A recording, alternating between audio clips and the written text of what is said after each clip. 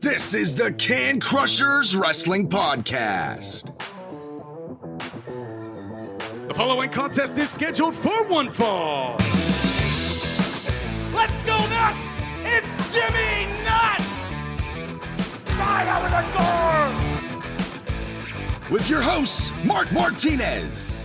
Because I'm the Mark, and I'm awesome! The Guru. Today I'm going to break it down for all you simpleton sweat hogs listening out there in Can Crusher Nation. I don't mean to come out here week after week and toot my own horn, but toot. And the English Professor. It is I, the English professor from the County of Kings, speaking the English of the Queen. Hey, this is former WWE superstar Duke, the Dumpster Drosy, and you are listening to the Can Crushers Podcast. And welcome back to Can Crusher Spotlight. My name is Mark Martinez. I will be your host for this joyride this week. Let me tell you about Can Crusher Spotlight. We have guests involved in wrestling on this show. That's pretty much it. Legends, indie stars, up-and-comers, something to do with comic books, something to do with t-shirts, maybe some hats soon, video games, all that kind of stuff. If it's wrestling related, we'll have you on here as a guest. And it's St. Patrick's Day. So yes, I have had a few already. I wish I could sing a shanty song. You know how they're having on TikTok, all the pirate shanty songs and stuff like that. One, you guys don't want to hear me sing. I'm pretty damn sure of that.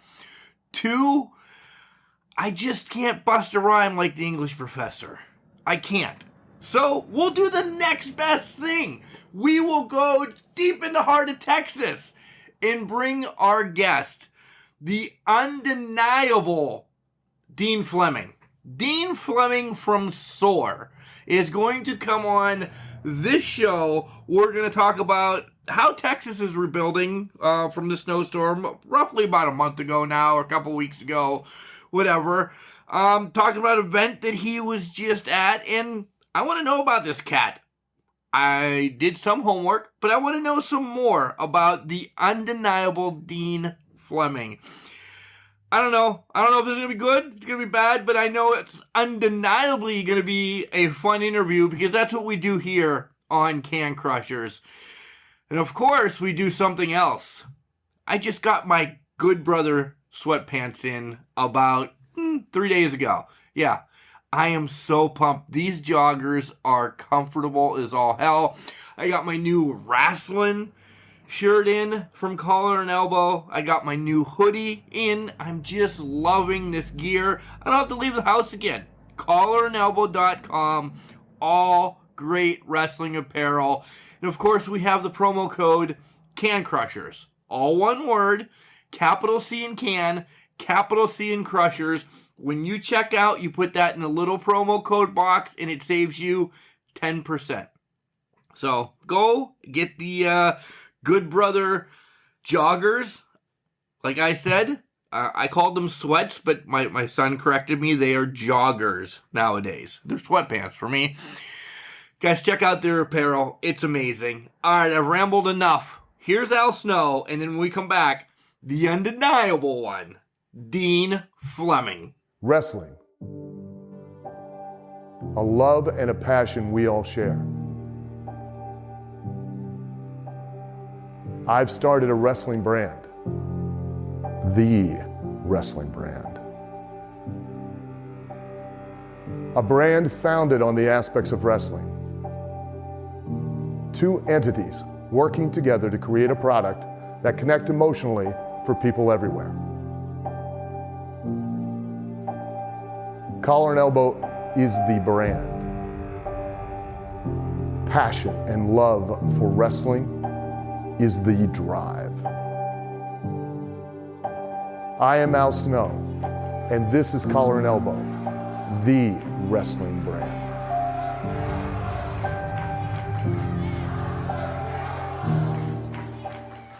And welcome back to Can Crushers, guys. I told you this is going to be a great interview as we got the scoop ahead of time. I have not seen the match, but, my people know his people, and it got back. I want to thank Dante Smiley for all of this, of course. Right now on Can Crushers is the tag team champion of SOAR, but even better, the first ever grand champion, the undeniable one, Dean Fleming. Dean, how the hell are you doing today? Hey, man, we're pretty good. We're just, hanging out on this lovely St. Patrick's Day, huh? It is. Have you had any green beverages yet? Not yet, but I will. Yeah, me too. Me too. I can't wait to head to the watering hole to have one.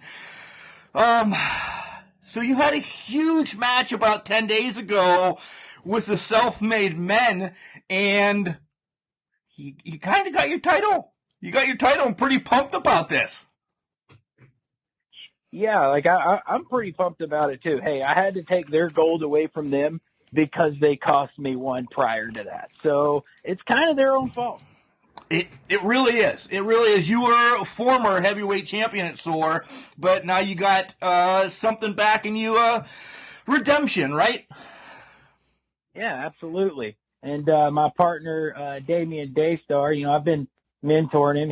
He's a young cat. He's a little hot-headed, so I'm trying to level him out some. And, our partnership worked out.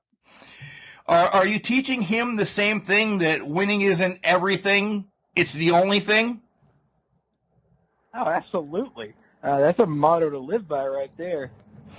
In and out of the ring. I agree. So definitely, you got to win in all. You got to win in all phases of life. So. You do. Before we get into wrestling and do the rewind that I normally do here on Can Crushers, guys, we know that SOAR is down in Texas. Dean, how are you guys rebounding from the snow, the damage that has been over the last couple of weeks? It's been pretty rough.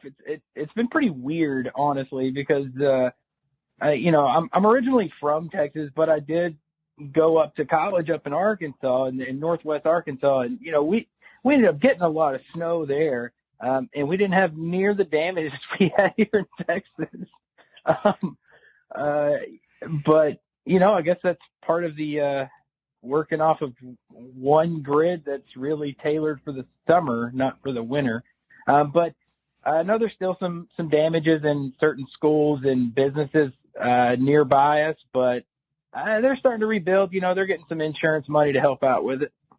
That's good. One step at a time. My godfather is actually down in, and you're going to smack me because we talked a little bit off air before we did this interview, but my godfather living down in Houston, one time on Facebook, he did a pan, and he's like, oh my God, look what we got. And it was the Monday that we got a foot of snow. And I'm like, I call him Uncle Mark, but, he's like my godfather. I'm like, Uncle Mark, we just got that in the hour. And this is before, I knew what was happening to Texas. So I feel horrible now because, you guys got 6 inches and it kind of shut you down. And I'm like, oh, shut up. That's nothing. Now I feel like a giant jackass because Texas is shut down twice over, right? Yeah, it's pretty absurd down here when it snows or even ices. A few years back, they shut down everything when there was a quarter inch of snow. It just shut it down, shut everything down. It's so awful how we handle that here. It's a different climate. It really is. I should just start a snow plowing business down there for the other couple times you get it every 6 months or so, right? Yeah, hey, we have it once every few years, make a little money on the side doing that. Yeah. So many loops links to Texas right now. My boss just went boar hunting. Are you into that at all down there? Me personally, no. I'm not a big hunter. But I know a lot of people that do, and they have fun with it, I guess. Yeah, I play this video game. It's called Hunter Call of the Wild. That's where I get my boars. I I'm not an outdoorsy guy. Now you're going to say, oh my God, yeah, he's one of those nerds that sit behind a computer and just talks to wrestlers. Oh, but I'm a garbage man, so I'm outside enough. It's just, to go frolicking in the woods with ticks and stuff, I'll go to a baseball game. Yeah, I can understand that. But I will say this past year, I really did get into hiking some. Took a road trip up into like Colorado and Wyoming and everything, and got to see some nice mountainy views out that way. So that was pretty cool. I could do that. That I could do. Yeah. All right, but this is a wrestling show. We'll get to more personal stuff here in a minute. Let's do the wrestling. Let's do the rewind. And who introduced you to this crazy, wacky world that we both love? You know, you in ring, me out of ring. Was it Mom, Dad, Uncle Joe? I mean, who said, Dean, you have to watch this? Honestly, it was, just the parents, my parents really, my mom and dad, because, they watched wrestling, in the 70s and the 80s, and they, just like everybody else in Texas, I used to watch it when the Von Erichs were there. All right, that's cool. Right. But so they turned it on, and it's the Attitude Era, and who didn't love wrestling during the Attitude Era? Exactly. There was just so much bouncing back and forth, between both channels, with USA and TNT trying to catch all of the action. So, that kind of got me watching it. So I was always a fan. For a good 6 to 8 years, I didn't get to watch wrestling as much from about 2001 until about 2009, just because I was in school, I was in sports and all that stuff, and there was no way I was getting control of the TV to record that each Monday, because that's the parents' domain. I didn't get to touch that. And we didn't have a TiVo, so naturally I just stopped watching it. As I'm playing football, basketball, I'm running track, I'm in band, I'm in one act play, I'm doing all this stuff in school, so I didn't get a chance to catch it. And then after I graduate and I get my own apartment, I'm just sitting down watching TV and flip it over to USA. WWE Raw is back on, and I start watching it, and I'm like, oh yeah, this is what I'm missing in my life. It's wrestling. It seems every wrestling fan takes a pause for that many years or something, because there was a time right after the Attitude Era, I kind of broke away for a minute, and my co-hosts did the same thing. We were just like, maybe it was just too much at one time, that we just got it all. And we took that little bit of a break, but when you flip it back on, just like you said, Dean, it's like, why did I stop? Why did I stop? I needed this in my life.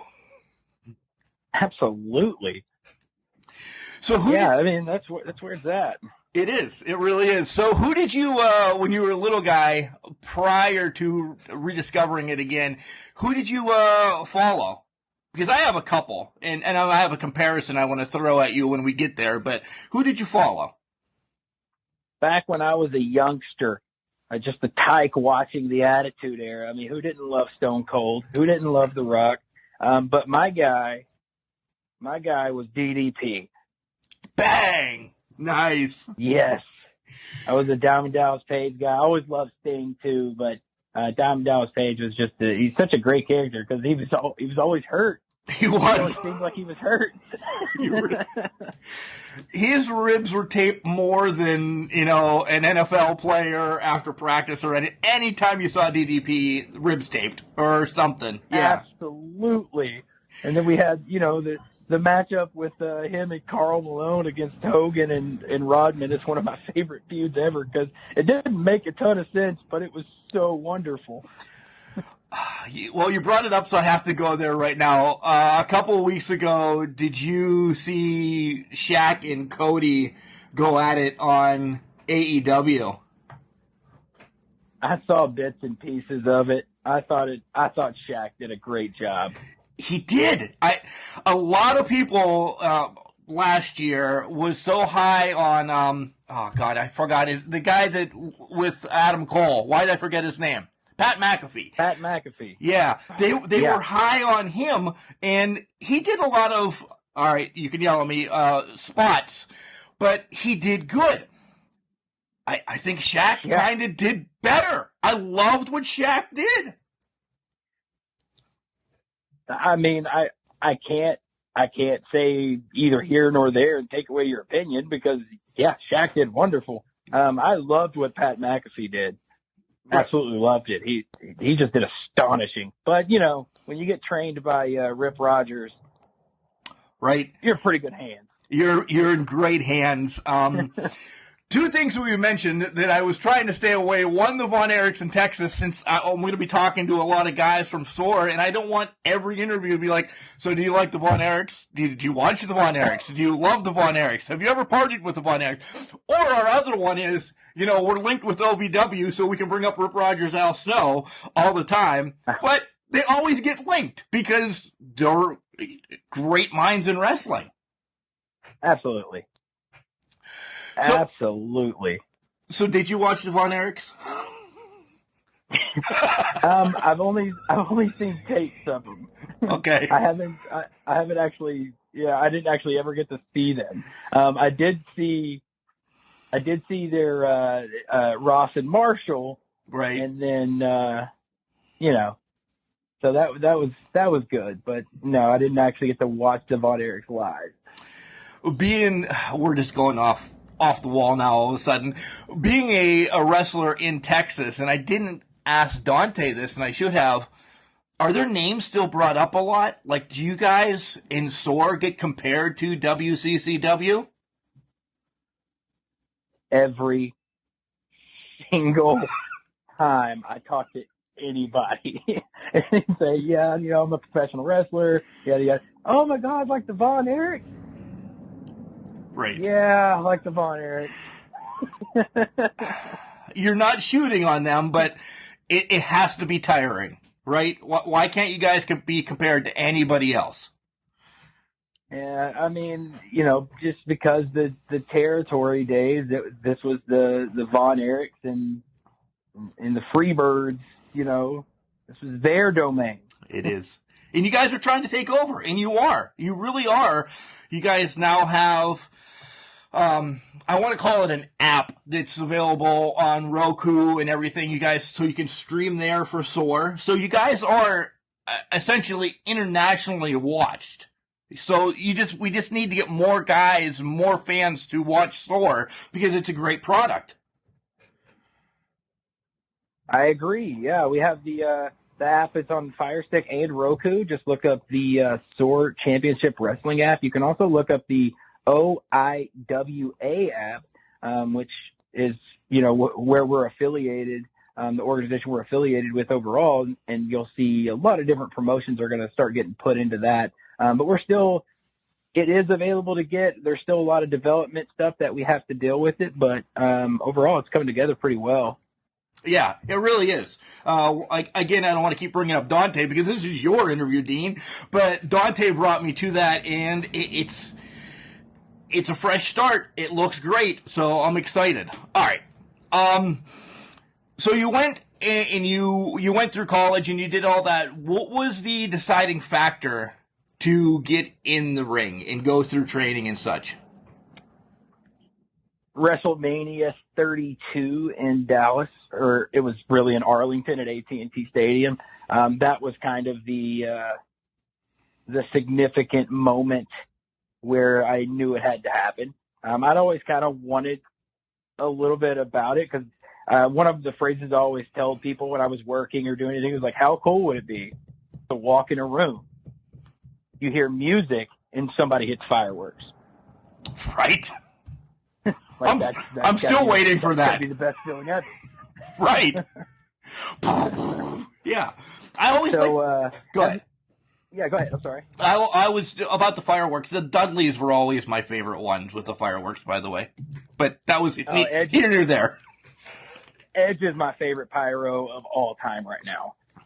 Just when he comes out and hits the the double horns up top and all that pyro's going on behind it. It's so great. But no, WrestleMania 32, me and my brother went to that, bought some floor seats for it. And, there's 101,000 people there. That's already cool shit in itself. So we're on the floor. Bray Wyatt and the Wyatt family start to come out. They shut all the lights off, and then everybody gets this is during the Firefly time, so everybody gets their cell phones and hits their lights on their cell phone. And I just, from the floor, look up 4 sections high into this humongous AT&T Stadium, 101,000 people, and probably 90,000 of them have their cell phones out. You're like, it's almost like they never turned a light off. It's like they knew exactly what they were supposed to do. So this one guy and these just couple of guys were able to take this audience on this entire ride, and it just mesmerized me. I went, I got to do that. Yeah, that just gave me chills. That just watching it that day, and then you being there talking about it. Oh, yeah, it's amazing. It really is. Yeah. Yeah, in fact, it was it was at that point where I actually had to stop my brother because he had his phone flashlight up and was watching the entrance, and I just started slapping him on the arm. I was like, dude, just put your phone down and look around. Like, this guy has captured 101,000 people. Yeah. So, big Bray Wyatt fan then? Oh, I do. I like Bray Wyatt a lot. He's really great, but I don't know. There was just something about that moment. Yeah. That was just like, okay, I got to figure this out. And then, just like any wrestling fan really knows, whenever WrestleMania comes to a town,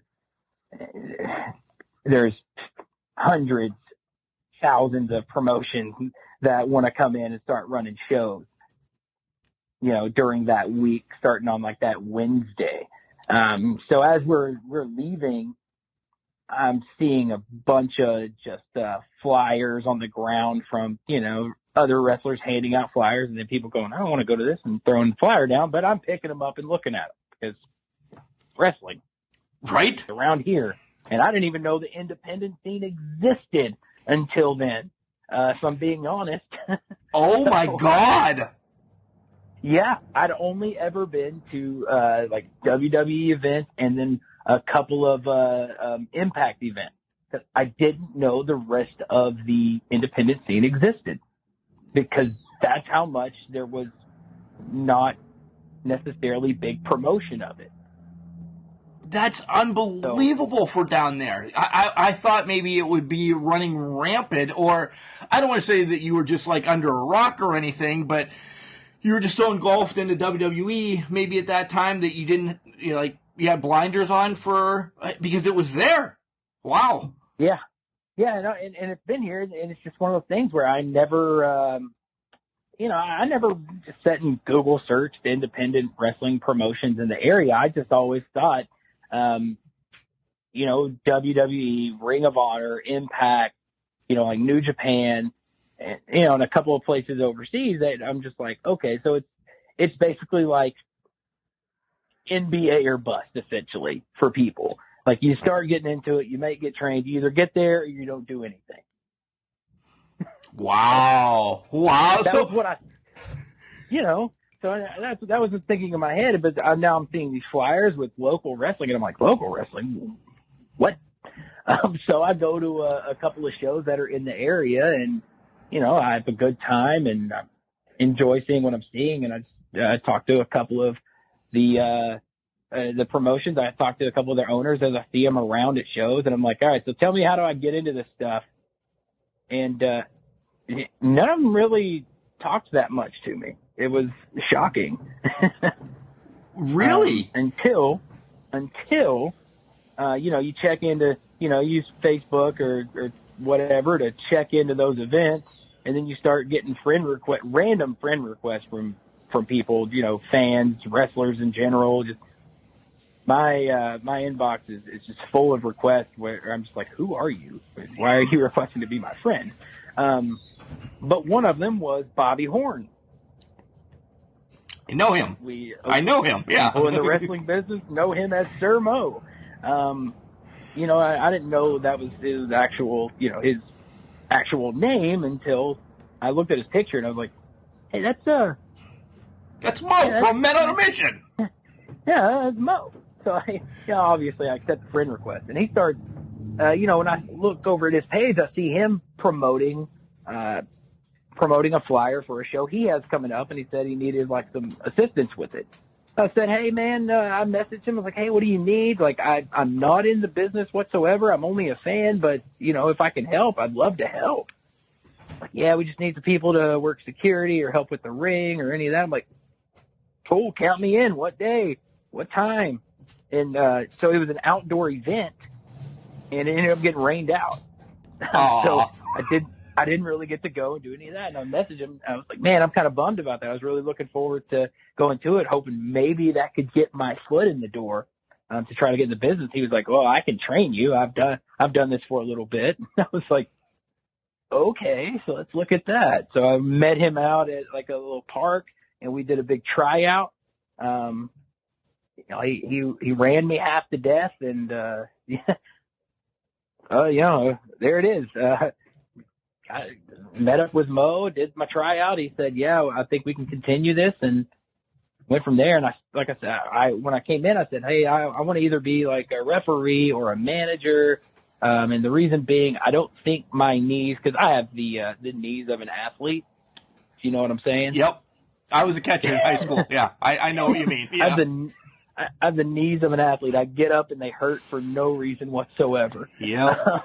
So I was like, I don't know if they could take all the stuff, you know, because I'm thinking, hey, I'm not a big guy, and every time I see any guy that's almost my size on these, you know, these events, they're trying to flip around and jump around, and I'm like, I'm not backflipping. I don't backflip. Done. I'm not Ricochet. It's not happening. Yeah, exactly. I'm like, I'm not doing that. I can't do that. And he was like, oh no. He's like, he goes, yeah, well, you'd be shocked. I was like, well, let me just do this managing thing for now, and you know, we'll see what happens from there. So that was my start. I started as a manager in the world of professional wrestling. We'll get there. Because a couple different questions on that. But how long did you train with Mo? Because up here, there's an 18-month class. Being linked to OVW, you know, you could go a couple years through, you know, Rip and Al and a couple other guys that are down there. How long was your training with Mo?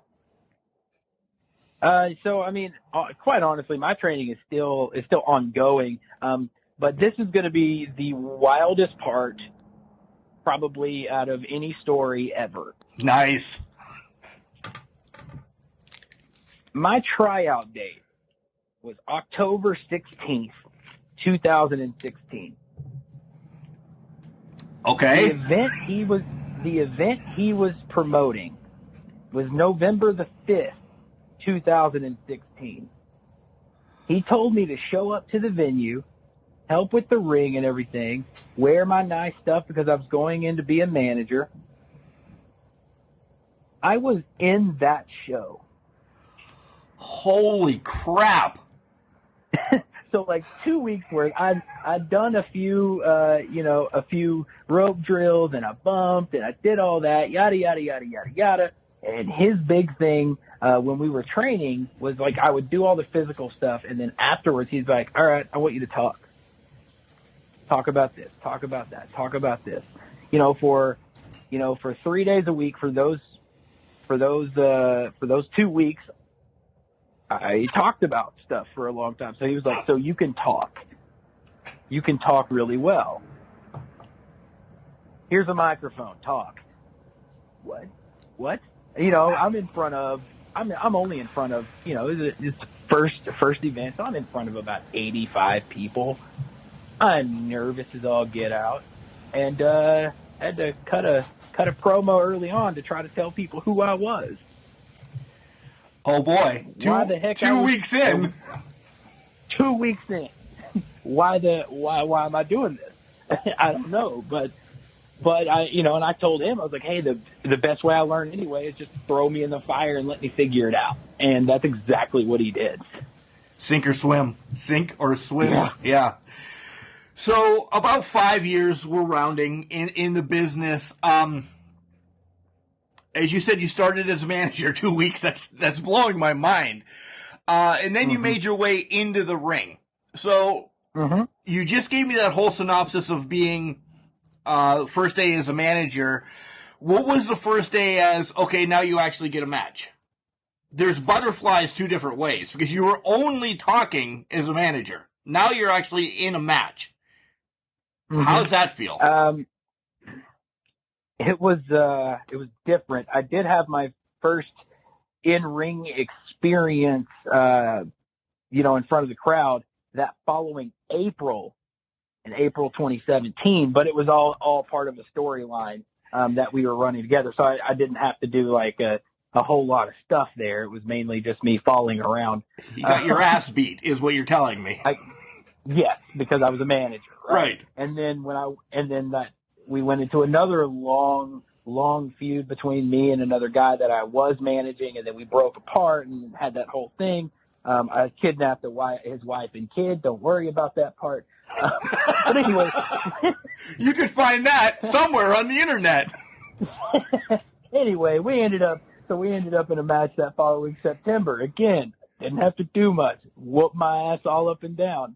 But from that moment, from September 2017, I would go to a bunch of random shows with Mo when he was booked on them, and whether it would be, he wanted me to manage him just to get that experience, or he just wanted me to go along to notice.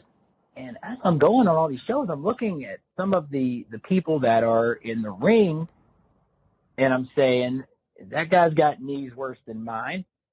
That guy's not as near as in shape as me.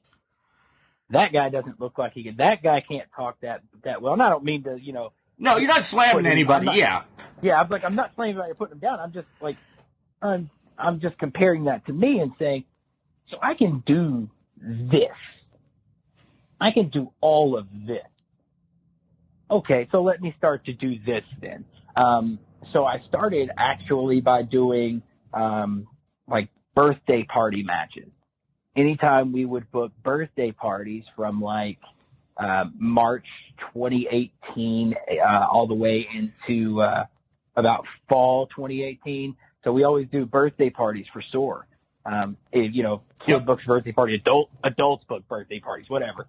We take the ring out to where they are. We set it up, give them about 3, 4, 5 matches worth of a card, and just hang out with them. So it was to the point where we would do that, but we were trying to do that with our wrestling trainee students so they have some experience. But the problem was we didn't have a lot of people that would be able to go to them. So it would be me and like 3 other people that would set the ring up and yada, yada, yada. And I'm going, okay, so I have to figure out a way with us 4 people to pull 3 matches together. Okay. How the hell do we do this? So, and so the way I always set it up was, and it always worked out perfectly for me, is I would manage one of the guys in the first match and have him against another guy. So me and the guy I would be managing would be in the ring first, obviously just trashing the birthday person, and have this other big good guy come out and, stand up for the birthday person. And then I'd say, all right, fine. You want to fight my guy? I'll let you fight my guy. Give me a ref out here. And then we wouldn't have a ref because we didn't have enough people. So then I would say, oh, we don't have a ref. And I'd pull a Sharpie out of my pocket and I would draw black lines on my white shirt. And nice. say I'm the ref now. I love it. And then as I'm this evil manager, special guest referee, I'm cheating my ass off just like I'm supposed to. You're Danny Davis. Yeah. So then after that, I have the other person come out. The other person would come out and say, no, you're such a cheater, yada, yada, yada. And I would say, fine, you want to fight me? You can fight me, but you got to find a ref first. So we would always get the birthday person to come in and be the ref for that match. Oh, and man. I would get my ass beat a little bit. And then I'd cheat. We turn it into something with the guy that I managed before.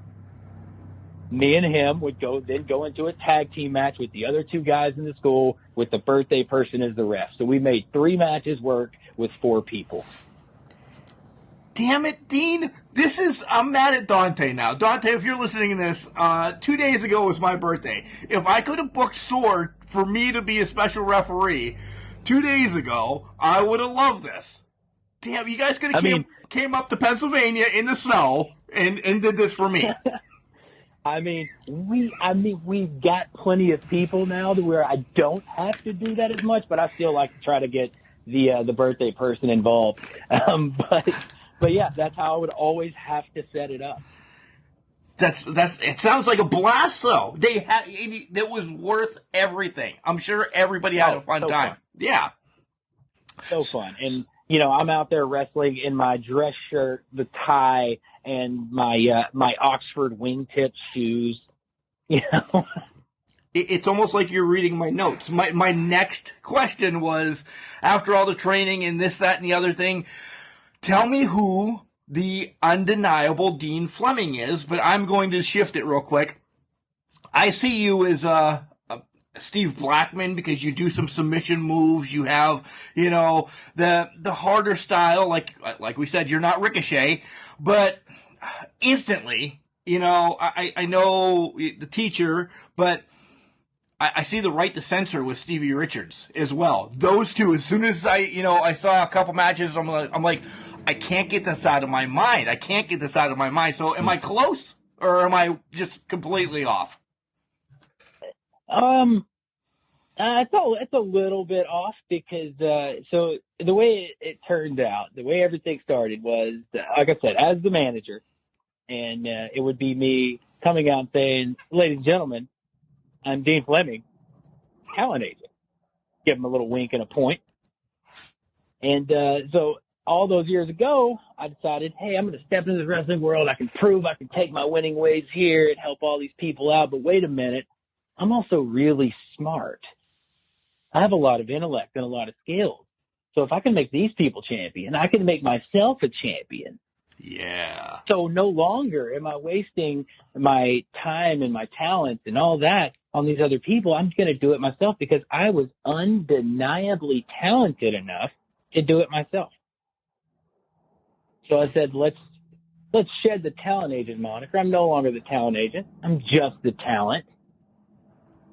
There is no more denying me. Oh, I am the undeniable one, Dean Fleming. And now you're the first ever Grand Champion at SOAR. First ever Grand Slam Champion at SOAR. I've held every title that we have. And you're a genius. And you're absolute genius because you got rid of some of the dead weight. Sometimes you have to do that.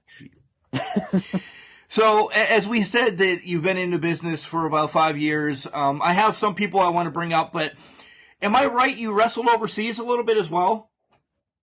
I did. I went out to British Empire Wrestling, actually 2 years in a row. 2 years in a row, I went out to British Empire Wrestling. Tell me the experience, because I have never been to that arena, that organization, or even in Great Britain or anything. How's the crowds different? Tell me just everything comparative to Texas and Great Britain. We went. It's basically right there in London. There was a little town right outside of London that they held their events at. But overall, I mean, the crowd was great. As long as it was just like over here. If you give them something to feel, they're going to feel it and they're going to go with you on it. So when I went over there the first time was in 2018. September 2018. I went as a manager, and I was managing one Barrett Brown. TikTok star Barrett Brown. Yeah, that's that's my guy, you know. So the first thing I do is I get in the ring, I snatch the microphone out of the hand of the announcer, and I start trashing Great Britain as the arrogant American. Nice. You know, I love it. the person that just knows that America's better than them. And then I gave them 1,776 reasons, which was 1776, the year we beat them, Right. of why America was better. But I stopped at about number 8, so I didn't have to keep going. Or were you stopped at number 8 by getting waylaid in the mouth? Oh, no, I got waylaid in the mouth. Actually, I got booed almost right out of the building when I started singing the Star-Spangled Banner. So you're Nikolai Volkov, just our version over there. Yeah. I told everybody that I needed them to stand because we were going to sing the national anthem, and it was no, our anthem, ours is better than yours. And then started singing, and they hated it. They hated it. And then I just, like I said, I went down a few reasons. I was like, 1, our teeth are better. It's like 2, we have real money, because I don't know if you've ever seen their British money, but it does look like a piece of paper. Monopoly money. It really does. Yeah. It So really is. that's exactly what I called it to them, and they hated that.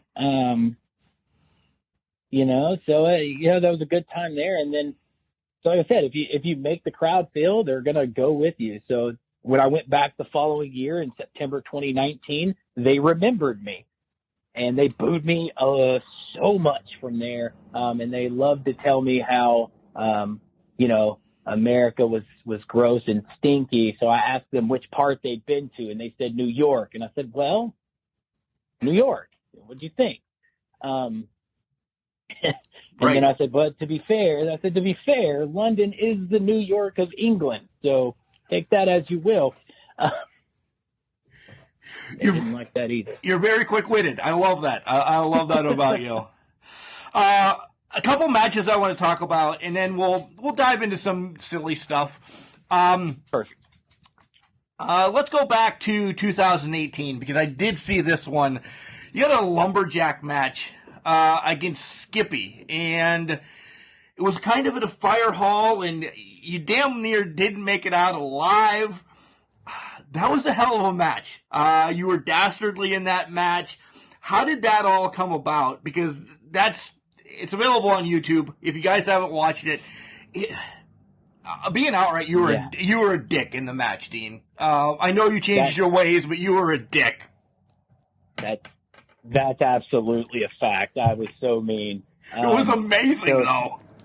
Skippy the fire chief. So we were at the volunteer fire department in Toole, Texas. And I called out the fire chief and said that they weren't real firemen because they were just volunteers, which means they weren't pros because they weren't paid. They took some offense to that, so he challenged me to a fight. So we fought. The crowd was red hot. Literally. Yeah. I actually watched 2 versions of it. One, the woman recording it was screaming bloody murder at you. In the other one, it was shot at a weird angle, but it really looked like some people came after. Did people really come after you? Absolutely. Yeah. They absolutely did. And some of them were the firemen as well. So we had to get some of my people in there to kind of help with that part. But yeah, there's some people taking some swings and some swipes at me as they got really close. They were not happy with one Dean Fleming. How did that all? Besides you just provoking them that night, how did that all come about? That was it just that night it came up, or was this set up for a while? No, that lumberjack match was actually our second match because the first match we had a good old firehouse street fight. So me and Skippy just kind of fought all over the place. But once I saw that he was getting ready to have his boys intervene. I ducked out of the ring with some of my guys, and we left, and I didn't finish the match. And then Mo got mad and said, fine, you're not going to leave this time. Next month, we're going to do a lumberjack match, so I couldn't leave. The damn lumberjack match. It caused Miz the title a couple weeks ago. So it really did. Another person that we recently had on Can Crusher Spotlight was Nikita Koloff. You've been around the Koloff dynasty. You've shared the locker room with Nikita. Have you ever gotten the chance just to kind of sit down and bend his ear on wrestling and everything that he promotes nowadays, man camp and anything like that? I didn't get a good chance just to sit and talk in length and in depth with him. But while I was in the locker room with him, I did, I was listening in as he was giving other people advice and how he's tying that back to something that he did or he saw back in the day. So it was just really cool to see that connection from the quote unquote old school to where it's at now, and how that, any slight movement, any kind of awareness or any of that still goes hand in hand, even from, 80s, 90s into today. So. Right. And another match I want to bring up, I actually watched this pay-per-view in full since we've spoken recently. I watched SOARcade 2020. And first of all, top to bottom, I love the card. But you were in a 3-on-1 match against the Persian Army and literally just getting your ass handed to you until Kerwin Nix came out to help you. And the Persian Army, just a bunch of son of a guns that just, how did this all come about? Listen, we're pulling the wall down here. I'm just on SOAR now, so I'm catching up with everything. Mm-hmm. When I talk to whoever, I hurry up and watch whatever I can. I want to know more because I'm just engulfed now into SOAR with all you guys as well. Yeah, for sure. So actually, the whole thing with the Persian Army started in July when we started running shows again because, COVID shut everything down. So we start opening back up again, and we're like, hey, July, we're going to start running these events. But during that time, from March until July before that, we had all of the champions stripped of their titles at SOAR. And then we crowned new champions with tournaments and all of that good stuff over the few months for when we opened back up. So I was the world heavyweight champion going into that, and got stripped of that. So July, we had a tournament to crown a new world heavyweight champion, which at the end of the day, Dante Smiley ended up winning. But I won my first two matchups in that tournament, getting ready to go into the finals. And as I was celebrating my second win, Omega, the bigger guy in there, thick, thick, just absolutely destroyed me after the match. And I think a lot of it had to do with Persia guiding him along the way, because she has some like stage 5 clinger type vibes going on with her. Yeah. Just because I brought her in to help my day to day for the winter circle after I was done managing, and then I was like, hey, this whole thing isn't working. I need you to go somewhere else. And I guess she took big offense to that and clung to that for a while. But anyway, so she had him. He attacked me, so I couldn't finish that matchup. So I didn't get to compete for the world heavyweight title that night. Then we go into August, get to crown the SOAR North American champion, going out for my first matchup, and he blindsides me again. So yeah, that was pretty gnarly again, but I ended up winning the North American championship.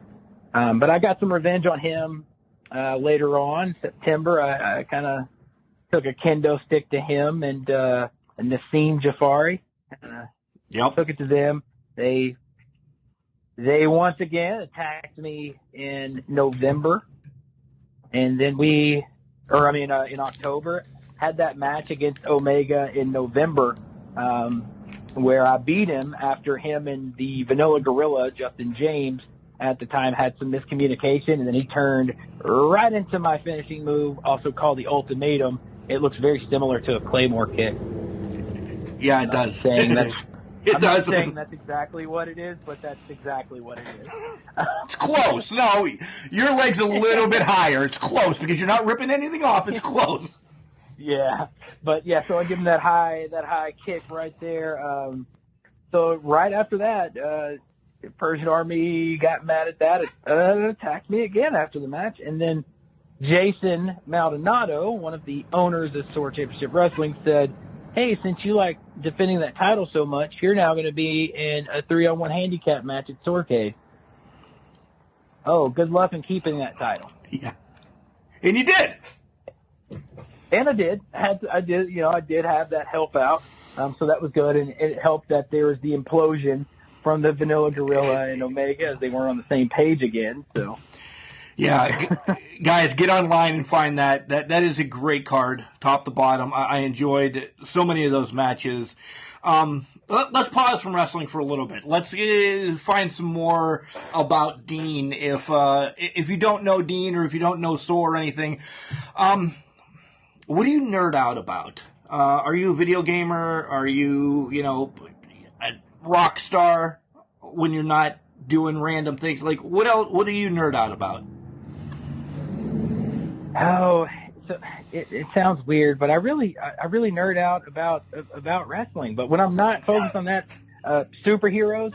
Okay. I like watching the superhero movies, playing superhero video games. I just kind of like that entire genre. Like right now, I'm into binging some of the Netflix CW shows. I'm kind of in the middle of Supergirl right now. So. So you're more of a series one instead. Well, you're the Marvel movies and stuff like that then too, right? Oh yeah, the Marvel movies are my absolute favorite thing. But I ran out of all the movies to watch after about the 12th time of watching them all. So I was like, let me give something else a shot. And actually, my girlfriend was the one that pitched these CW shows to me because I like superheroes. So, and I'd never watched Arrow, and she was like, "You got to watch this." So I watch all that, and I'm like, "Oh, that was actually really well done." I didn't really watch a bunch of DC stuff just because it didn't really catch my attention because of the lack of boom pow. When it gets loud because of explosions and fights. Right. So I was like, all right. So I started watching. I was like, man, this is a great show. So I was like, let me check out Flash, and it was great. I was like, let me check this one out. So yeah, I'm just kind of watching them in that way. You talked about hiking as well. That's some of the things that you do. Yes, I like getting out there and going on those hikes and those nature walks, and really just getting in touch with nature. It really does set everything back to balanced whenever I get to do that. So it's really good. Kind of gets you away from the everyday grind.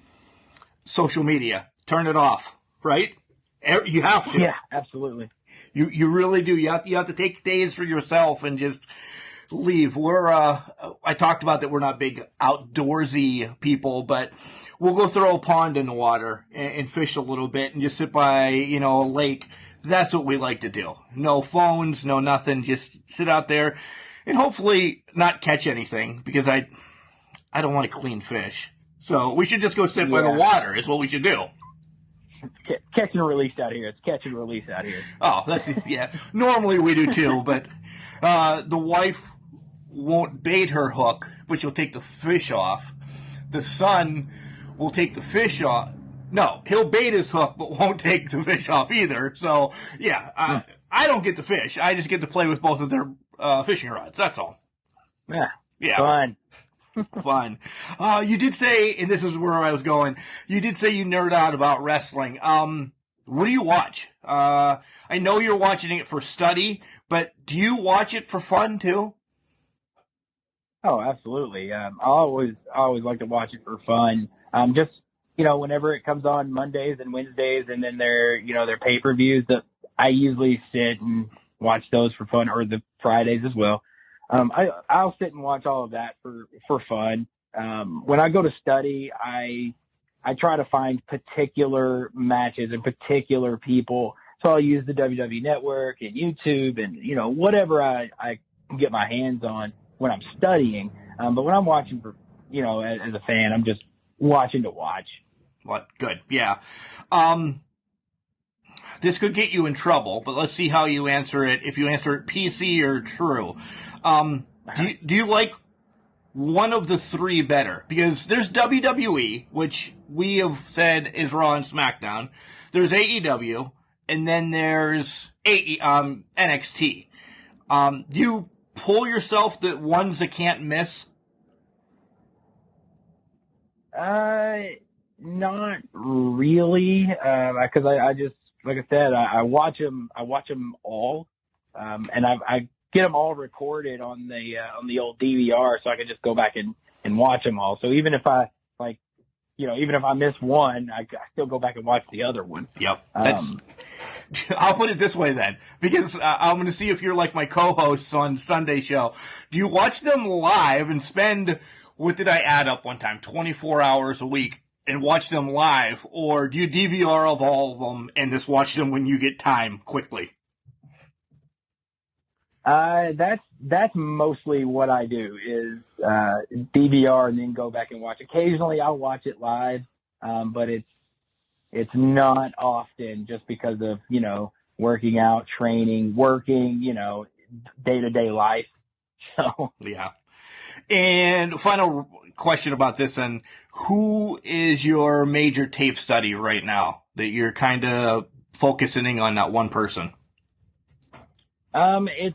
It's actually between a couple of people. One is The Miz. I love everything that The Miz does. Thank you. And that he has done. So thank you. I watch a lot of his movements in the ring.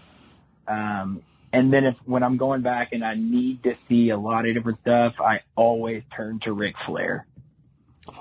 He's kind of pretty good. Yeah, he was decent at the wrestles back in the day. So yeah.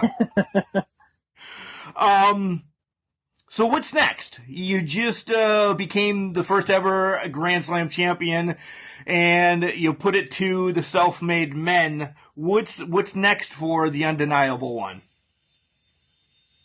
You know, we'll see who wants to come after these tag titles, and, you know, we'll take them on. But outside of that, you know, I'm just getting my name out there and trying to get some other places, you know, like heading out to Colorado to work with Rocky Mountain Pro out there. A good bunch of guys out that way. But yeah, that's pretty much that. Just seeing where else we can go and then get these tag titles with some eyes on them. So there's a possibility then that we could see, or we could try to coerce you guys to come to Pennsylvania, defend those, make them legit world titles then, right? Personally, I would love to come up there and make that happen. So nice. I know a few people. We need to talk. Goals in the next 5 years for Dean, and this one will get you in trouble because I will not leave you to get a PC answer. They both give you the same amount of money, WWE and AEW. All right, same amount of money. Your grandchildren's are set. Where do you sign, AEW or WWE? As of right now, I would have to say WWE. And it is strictly because of this purpose. AEW is still growing, and they're doing wonderful, wonderful things, but there's no denying that WWE right now is the number one company worldwide when you talk about across every brand and everything that they're doing. I couldn't disagree with you more. I agree. AEW is great. They have numbers on Wednesday, but if you look at the scheme, you know, like what the product is right now or not on WWE, they're still the main one that people will say. Yep. So I like your answer for being true. well, I think it was, I can't remember exactly when it was, but it was one of those weeks where, like, you know, WWE Raw was kind of down in the TV ratings, and somebody said something about them like, oh, they're only at 1.1 million viewers. And I'm like, that's 1.1 million viewers. Right. What are we talking? And then they're, you know, and then again, this is not any kind of shot at like AEW, but they're like, oh, look, they had 800,000. That's so great for them. And I'm like, wait, what makes 1.1 million less than 800,000? What makes it less than that? Like, I don't understand what you mean. Right? Exactly. It's like if you compare it to the NXT numbers, it's like, yes, AEW is still beating NXT, but you also got to remember NXT is the third brand, if we're technically speaking. Right. Right. But, see, NWA is back now. Would that be an option? Billy Corgan gives you a phone call and says, hey, how about you come over here? Oh, I would absolutely go over there and work with NWA just because, you know, it's another opportunity to get seen. Al Snow said it best one time. He was the main guy for the Job Squad. But guess what? Al Snow was on TV more than Triple H or The Rock or any of those other guys. They took weeks off. Al Snow got his ass beat every week, and you remember Al Snow because of that. Ah, absolutely. Yeah, I mean, you look at a guy like R-Truth. Exactly. R-Truth is, how long has he been doing this? How much money is he making? Because he gets to go out there and just have fun, be goofy, doesn't matter. He is seen in 3 to 4 different segments every Monday or Friday. Yep. And I say this jokingly, but it's true. He's laughing to the bank. Yeah, I'll go on and be an idiot on TV. I would do that for free because I'm an idiot in my life. But sure, he gets to do that, have fun, and just he hasn't had a quote match in forever. He's just rolling around, and I don't say that disrespectful. He's just rolling around having fun. It's the same thing I did when I was 8, 9 years old in my yard. He's doing it now and getting millions of dollars. Good for him. It's everything you did with your sibling when your parents told you not to do it. Right. He gets paid to do it. Right. It's the best. Goals in the next 5 years. Goals in the next 5 years. One is I want to hit at least 8 different states that I've competed in over that time. At least 8. And the reason I say that right now is just because the reason the number's only at 8 and not more is just because of everything that's happening right now with with COVID. As long as that gets under control, that vaccine gets out there, and we're back opened up, then that number's going to go up for me. But that's one.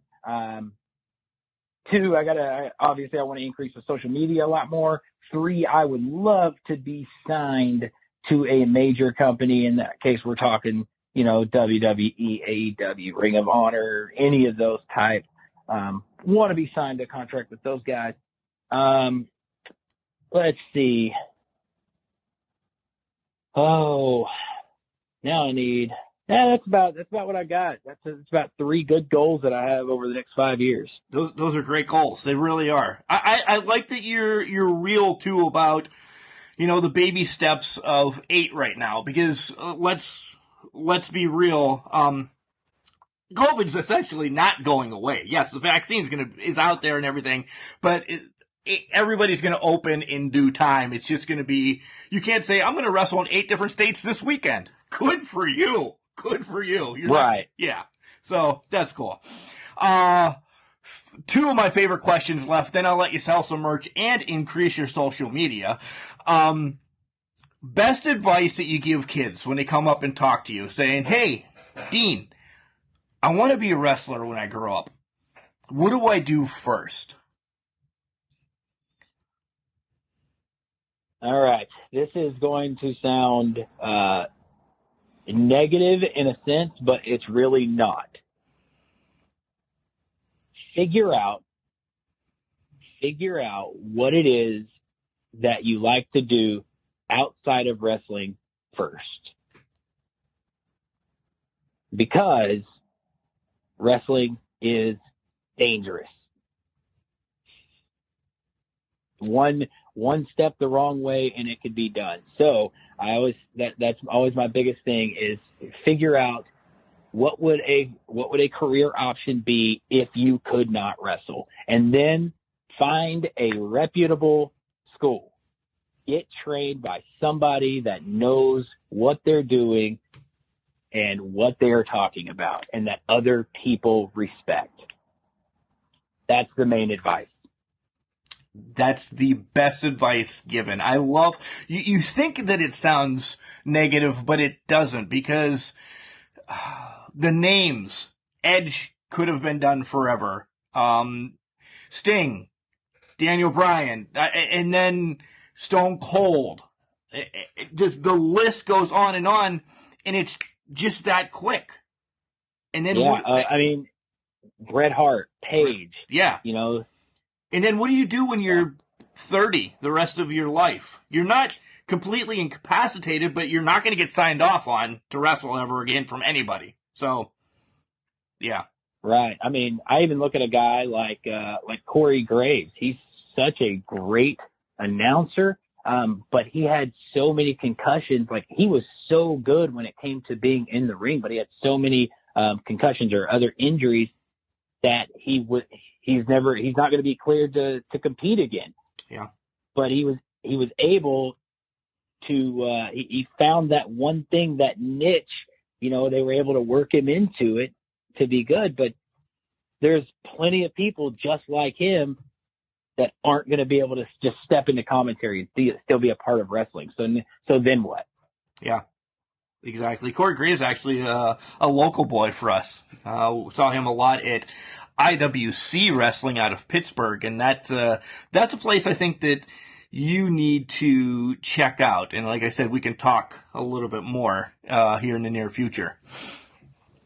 All right, this is my favorite one, and you have to listen because everybody messes it up. I don't know how. You guys, when I say dream match, you guys we don't listen. Yeah, you don't listen. We're trying to get our stuff in. We're not listening to these questions. I know. The dream match of who is always, an ender for any podcast, but I want to know where you want it. Like, you would probably say in Texas, in the Sportatorium or someplace like that, which isn't there anymore.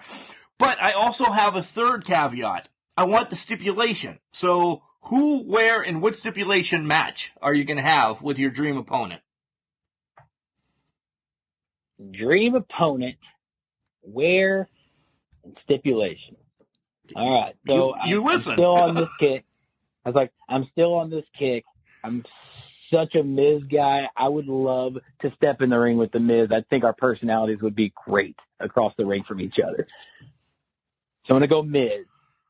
I'm going to go AT&T Stadium down in Arlington because it is close to home. We can pack that thing out.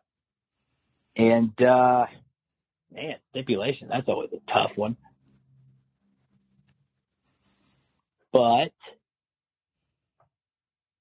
ladder matches are always something that can get the crowd into it and can be exciting. There is some danger behind it, but he's always been great at those two. So let's go ladder match, Miz, AT&T Stadium. Nice.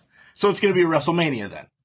Clearly, it's going to be WrestleMania as well. Absolutely. Yeah. Because we're putting the Money in the Bank ladder match. When we buy the WWE, we're putting the Money in the Bank ladder match back at WrestleMania instead of having its own pay-per-view. But that's neither here nor there.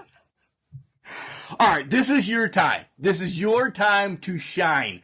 You said, not in your words, but I'm going to spin it, that you suck at social media a little bit and you need to grow it. So let's grow it with the 5,000 Can Crusher Nation, because they're going to go out and give you some followers, and then sell some merch as well. I gotcha. So you could find me on Twitter and Instagram at Dean Fleming 903. Dean Fleming 903. That's all together. That's the handles for Twitter and Instagram. You can see me on Facebook. You can find my fan page, the Undeniable one, Dean Fleming. Help grow some followers in all of those cases. You could also, if you would like some Dean Fleming merchandise, I've got 3 different options. Trying to get a 4th option up right now. It should be up pretty soon for T-shirts on ProWrestlingTees.com. Search for me, Dean Fleming. You'll see my picture, and that is where you get some purchases. Yeah, I actually went to Pro Wrestling Tees already, and I really do love your winning isn't everything, it's the only thing shirt. You're probably going to be seeing my name run across your Pro Wrestling Tee stores real quick because it's a sweet shirt, guys. So check them out there. The social media, we tag them in everything. So if you didn't understand what he said or you didn't write it down fast enough, it's tagged, guys. Don't be morons. That's what we do here on Can Crushers. We make fun of you, we make fun of the wrestlers, and we have a good time.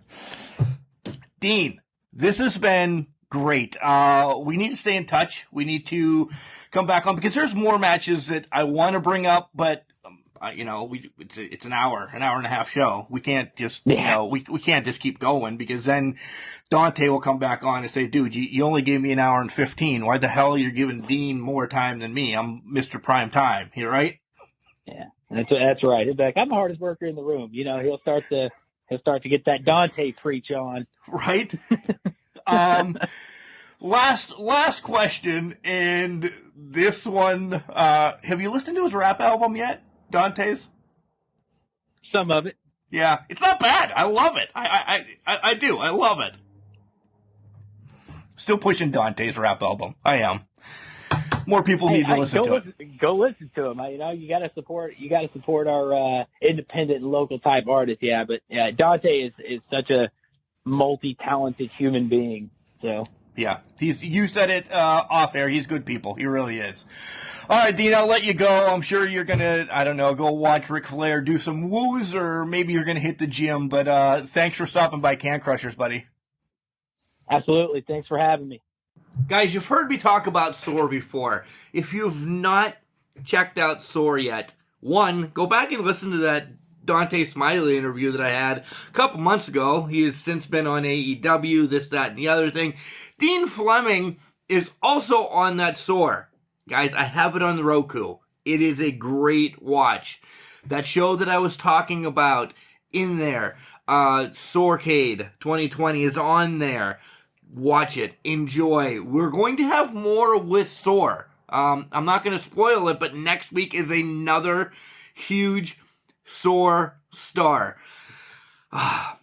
Dean Fleming. Undeniably one of the greatest guys. I can't wait till COVID is up and gone in history and we can make the trek down to Texas. That's someplace that the English professor and I have always talked about. One, because of world-class championship wrestling.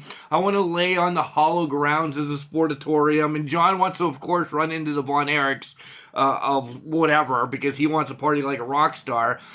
But there's wrestling down there that we have not really engulfed yet. And SOAR's one of them that in the past couple of weeks, you guys, that some of these are pre-recorded and this, that, and the other, but I've dove in headfirst watching old school, new school stuff from Texas, and it's different than what we get up here in Pittsburgh, and it's not a bad thing. It's great. It's amazing, and that's why I want to do so much more with SOAR, and I can't wait. I really can't, so I'm pretty pumped up.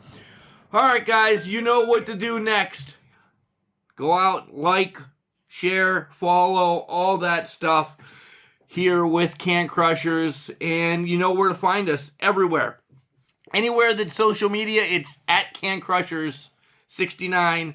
Send us an email, cancrusher69@gmail.com, and it's Spotify, iHeartRadio. Mophie has some of our episodes on. Anchor, I always say Archer, has our episodes. Just engulf. Please do the ratings, do the the shares, the follows, and all of that, because it only helps us get bigger and bigger. So remember, just because you're trash doesn't mean you can't do great things. It's called a garbage can, not a garbage cannot.